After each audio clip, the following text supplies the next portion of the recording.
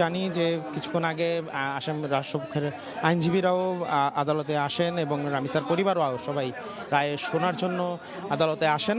তো রাষ্ট্রপক্ষের আইনজীবীরা এখন পর্যন্ত আমাদেরকে যতটুকু জানিয়েছেন যে তারা প্রত্যাশা করছেন যে তারা সর্বোচ্চ সাজা যারই প্রত্যাশা তারা করছেন। তো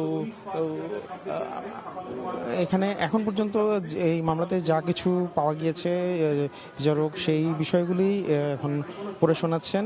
এর পরবর্তীতে তিনি তার রায় ঘোষণা করবেন। তিনি আগে জানিয়েছেন যে তিনি সংক্ষিপ্ত রায় তার আজকের পর্যবেক্ষণ এবং তার রায় তিনি জানাবেন। তো গেল 19 ধর্ষণের পর হত্যার যে ঘটনা ঘটে সেই ঘটনায় আমরা দেখেছি যে নজিরবিহীনভাবে মাত্র 5 কর্মদিবসেই এই মামলা রায়ের দিকে চলে আসে এবং